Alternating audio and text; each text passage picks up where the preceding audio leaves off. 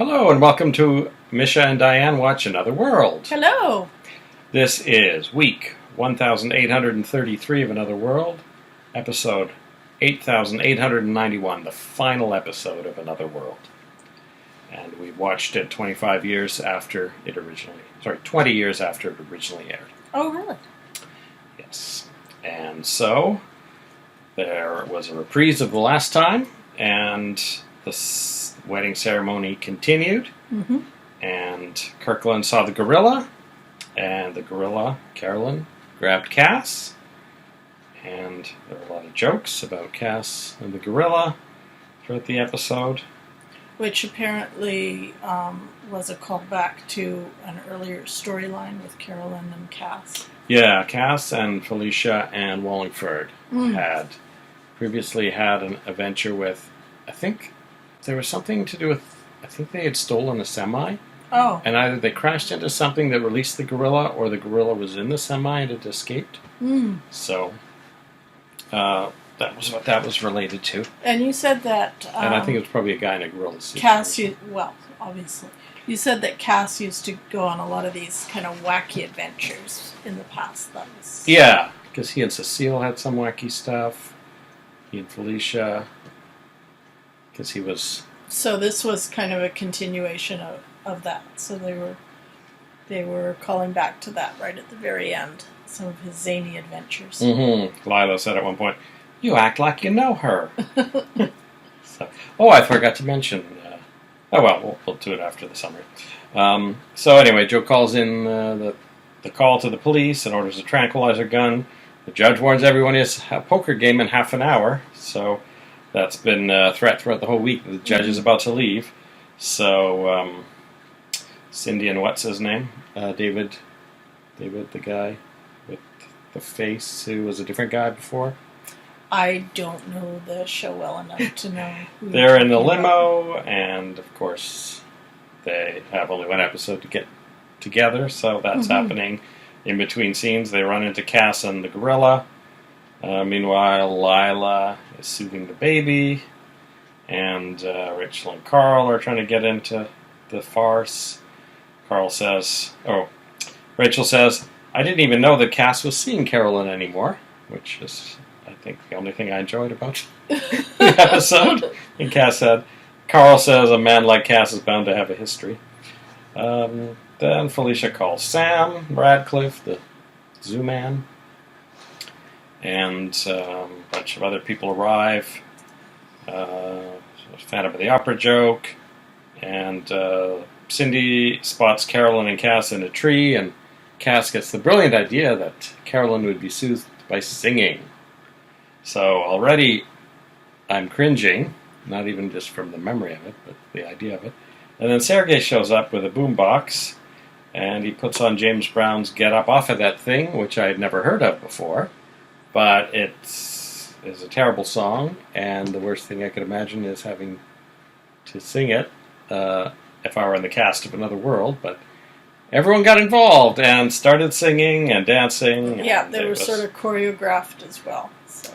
Yeah, so I don't know how many of them enjoyed that, but it was like... Well, probably about as many as the viewers enjoyed it. The Hindenburg crashing.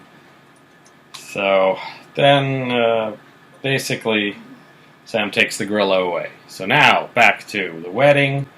Felicia tells Cass the judge has given him 6 minutes to finish the wedding. So, of course, Lila and Cass take that time to reminisce about the time Cass was in a tree with a gorilla. And it's a lot of gorilla. They finally finish their long conversation and the judge leaves. So, they have no one to perform the ceremony. But Anna May reveals that Tyrone has been made a judge off screen. He seemed like a very young judge. Yeah. So, anyway, he of course now can perform the ceremony. They repeat the flower girl, and here comes the bride. And then Paulina and Joe get the idea to make one of those films that was probably popular for a few years at weddings, where everyone who's at the wedding says something into the camera. And of course, it was very fourth wall and talking. I've participated in a few of those as a wedding guest. Well, this was also a film to Another World fans, so probably in another 10 years might skip to just watching that bit. So they have a lot of, things that they say that can be taken two ways. Meanwhile, Frankie's ghost shows up to watch Cass kiss the bride. And then Charlie has a nice talk with Frankie's ghost as well. And everyone's dancing. And then Paulina and Vicky talk about how they first came to Bay City to steal everyone's money separately. Yeah, and good times. They agree perhaps there's hope for Cindy. Paulina forgives Cindy for whatever it was that happens that we couldn't quite figure out last time. And Cindy is very emotional about all of this. Yes, she's very over the top. Yeah. So it turns out that's all she ever really wanted, was to have a little bit of closure with Paulina. For whatever it was that they did, that we don't know. Then there's some picnicking stuff, so Amanda, Cameron, Josie, and Gary get to have sort of a final scene, and they all agree that it would be great to meet in the same place again a year from now, June 25th, 2000. So that was we don't know if little that meta happened, thing. because I guess No, none of those people were on As the World Turns. So. Okay. And they never mentioned, hey, there was a reunion of the... And then Vicky invites Paulina over, but she says she needs to be there for the builder, for the new house. So they split up. Tyrone and Marley show up with the various kids. Everyone has a sort of a final scene with people that are relevant to them. And then David arrives to find Cindy is happy. And David produces 2 first-class tickets to the island of Tankir, the second thing in the episode that excited me finally. Significance that I didn't know about, so I had to ask Misha about this a little bit. And then Grant Harrison, the late Grant Harrison, is shown having probably a Mai Tai on the island of Tankir. I had misremembered it. It's been almost 20 years since it aired, and probably 10 years since I digitized my VHS tapes, which would have been the second time I'd seen it. And I thought that David and Cindy actually flew to Tankir, and that he was, and that Grant was in the lounge chair next to them. I totally misremembered that he only had that little cameo that was he's inserted. Just sort of toasting his drink. So, and he was actually in the credits in Wednesday's show as Grant Harrison. So that would have been a bit of a spoiler to all of the fans wondering, is Grant going to come back? So, but it was very exciting, and the fact that it was Tankir was another little bonus, because Cecile de Polianak, who we know from the 1981 that we're watching, who's an editor at Brava, is the queen of Tankir at this point. Oh my goodness. I had no idea. So that's the whole destiny. Yeah. So I don't think their storylines ever would have overlapped with Grant and Cindy, but it's just another little nod to the past that was a positive in an overall bad week. And then there's talk about having babies and watching fireworks, and Cass and Lila kiss, and Sergei and Felicia kiss. I don't know if there's a lot of fan fiction that happened after that to continue their story. I don't know how much interest the regular... I had only watched a week of this, and I wasn't... engaged in that romance. Engaged with them, so... Yeah. And then, Vicky and Marley have a final scene where they talk about their role reversal. As Vicky was the bad girl when she came to town, and now she's settled down, and Marley's taking up with a wild judge, I guess. I don't know where the reversal comes in. So, Jake and Vicky have a talk about how they came to town for revenge against the family that gave Vicky up for adoption. And then that is it. Rachel and Carl arrive at the Corey mansion for the final scene. And suddenly it's very quick, and Carl says all is well, and Rachel says all is well that ends well. And then does the rounds of a bunch of family photos that are placed sort of towards the fourth wall in the Corey living room. I guess before the wedding, Rachel had been feeling nostalgic and pulled a lot of photos out of storage and placed them all around in a way that would be kind of hard to see if you were in the room. Yeah. If you were up against the wall in that room, it would have been easy to see. But didn't make a full list of who was there, but I saw one of the Jamies and, of Mm-hmm. course, Ada. And Rachel takes a Polaroid that I guess was taken at the wedding and puts it next to one of the photos, and she kisses the photo of Ada. And it's another nice thing for a long-term fan that they had that. Carl turns out the lights, and they exit. And then another thing that I had misremembered, I thought that they actually had included a little clip of Mac, but actually it was just No, a it was still just a photo still of photo. Mac toasting, which I know was from a Christmas episode. Yeah. And that was then the closing credits. Uh-huh. So that was the end of 35 years of Another World. I have to say, I certainly wasn't a long-term fan. I watched a week of it. But even as someone who was just a casual viewer, I think I would have been really disappointed if I had been a follower of the show and this is how it ended, with half of it being taken up by a guy in a gorilla suit. And then the final scene of the photos was beautiful. But it made me think about how much better it would have been. This is the one time when you want a bit of a clip show, I think. Mm-hmm. You want some film memories of where it all started. And yeah, the entire week we saw one clip with Wally, right? And that was about it for flashbacks, I think. Yeah. I mean, and obviously a little bit is, over the years there were 12 Jamies, right? Yeah. So, you'd be showing clips of characters who either weren't on the show or had been played by someone else. Mm-hmm. But I mean, it's not like people are going to stop tuning in because it's not. No. They've broken some continuity or whatever. And you had shown me a few episodes from the early 80s, late 70s, early 80s. Mm-hmm. And there was really no mention of that in the final, No. except for the photo of Mac. So that it was like that whole period was less important to them somehow than this little caper with the gorilla. Mm-hmm. And I can't imagine, I'm sure the show was on for a decade or so before the ones you showed me, so there's probably lots of history there that was completely missing. I just thought it was really a missed opportunity. One thing I had always hoped that they would do in the later years is bring Aunt Liz back in some way. And they certainly could have brought her back for the finale. It looks like here she passed away in 2008. Yeah. So there's no reason. I mean, obviously things happened very quickly when they were getting canceled, but still, it just seemed like no nostalgia really.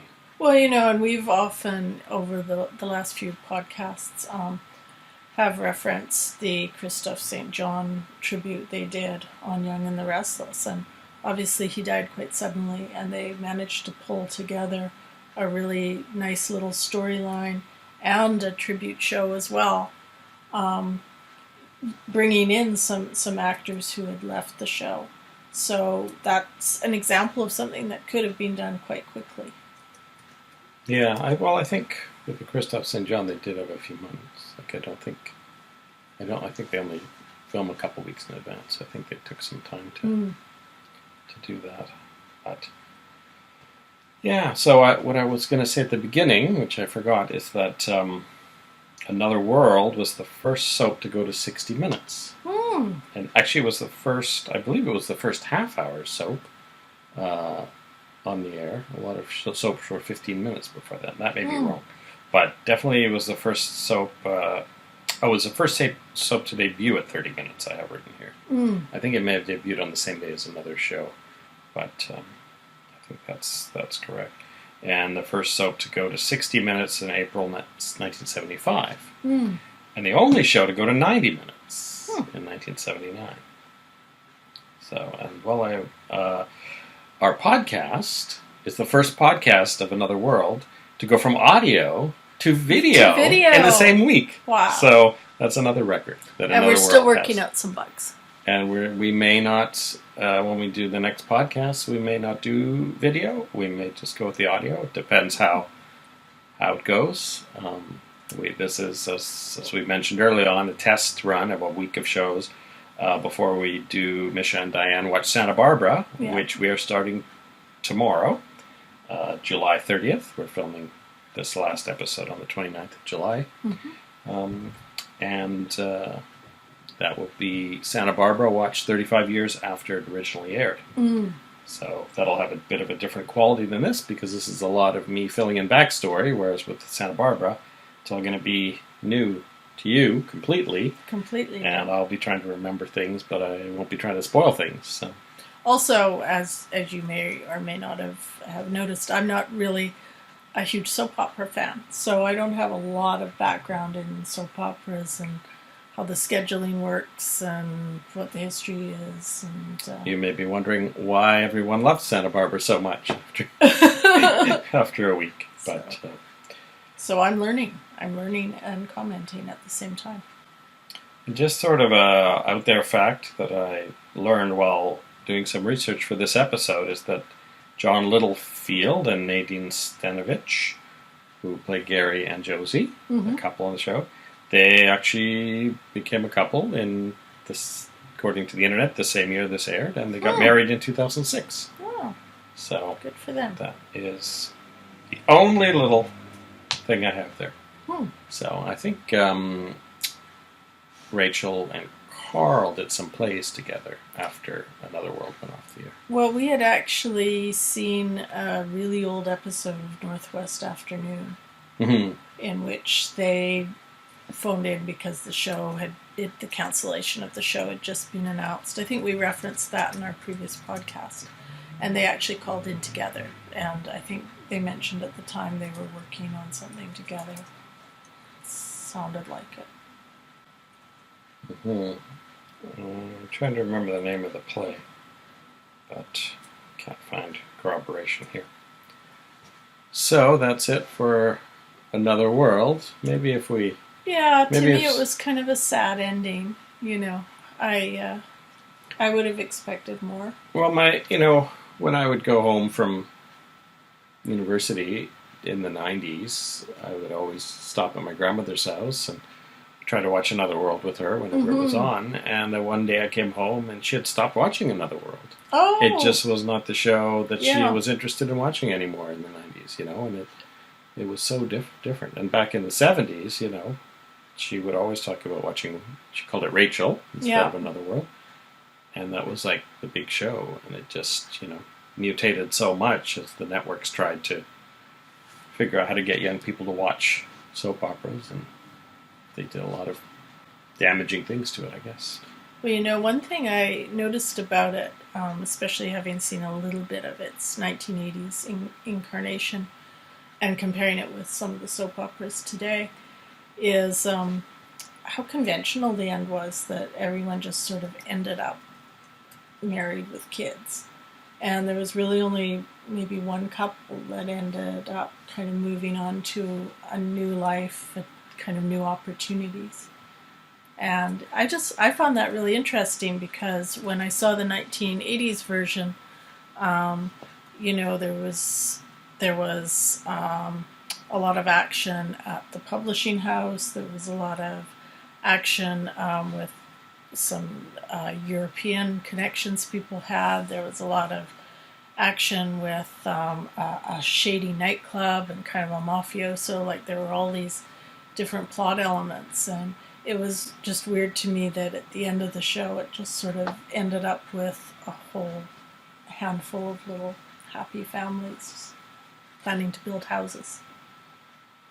I don't know if I read a bit of this last time. There's a New York Times article from April 99, and just going to read a couple of the interesting quotes. The biggest problem has been that many of the show's stations around the country have been moving Another World around their schedules, even postponing it for days at a stretch to create time for local programming. That made it next to impossible for NBC to promote its primetime shows during Another World. Oh, interesting. So, I was actually working in Seattle for a few years in the mid-90s, and King 5 in Seattle stopped airing Another World. Oh, Luckily, wow. I had someone in Canada who who used to work at a TV station, he said, I have a ton of VHS tapes. I can tape it for you. So every few months I would come back and get a stack of Another World tapes. And then when I came back, after 2 years, I started watching Another World again in '96. But I had the stack of tapes to watch too. So I was actually watching '94 and '96 at the same time. And for several years I was actually watching two streams of Another World simultaneously. And it actually took me more than 2 years to catch up. That takes dedication. Yeah, so everything's very confused in my head from there. I don't really have much more to say about it. Tune into Passions at 2 p.m. daily. That's what it says here. So it looks like Passions is the soap that replaced Another World. How long did it last? Oh, too long, I would think. You should. We saw. I had heard that Dr. Bombay from Bewitched was in an episode, so I tracked it down. There may have been 2 episodes, and we tried watching it. It was just awful. No, it wasn't good. So that was a bad replacement. So there were really not that many shows, I don't think, that started after Passions. I think Santa Barbara in '84, Sunset Beach, I think, took over for Santa Barbara. Mm-hmm. And is there another one? Is that it? Sunset Beach and Passions? 1999, it says here. Well, that's it, I guess. That's so, it. Tune in tomorrow for episode 0 of Misha and Dianne Wet Santa Barbara, where we will be watching 4 previews, 4 little 15-second advertisements that appeared in the month leading up to Santa Barbara. So that will probably be a short episode, just so that we have something to post on July 30th, because we'll be watching the episodes on the 35th anniversary day, but we'll probably build up about 5 episodes and then post an entire week on the weekend. So it'll be a bit of a delay, unless our episodes end up being so long that it makes it worth posting them daily, but we actually don't know how we're going to do that yet, so we'll see what the logistics are of getting something posted quickly. So. And we may or may not do video. As I say, we're obviously still working out some kinks, so let's see what we do with that. Looks like Passions ran for 9 years. Wow. Oh, wow. Well, maybe it got better. No. All right. Bye, everyone. Thank you for watching.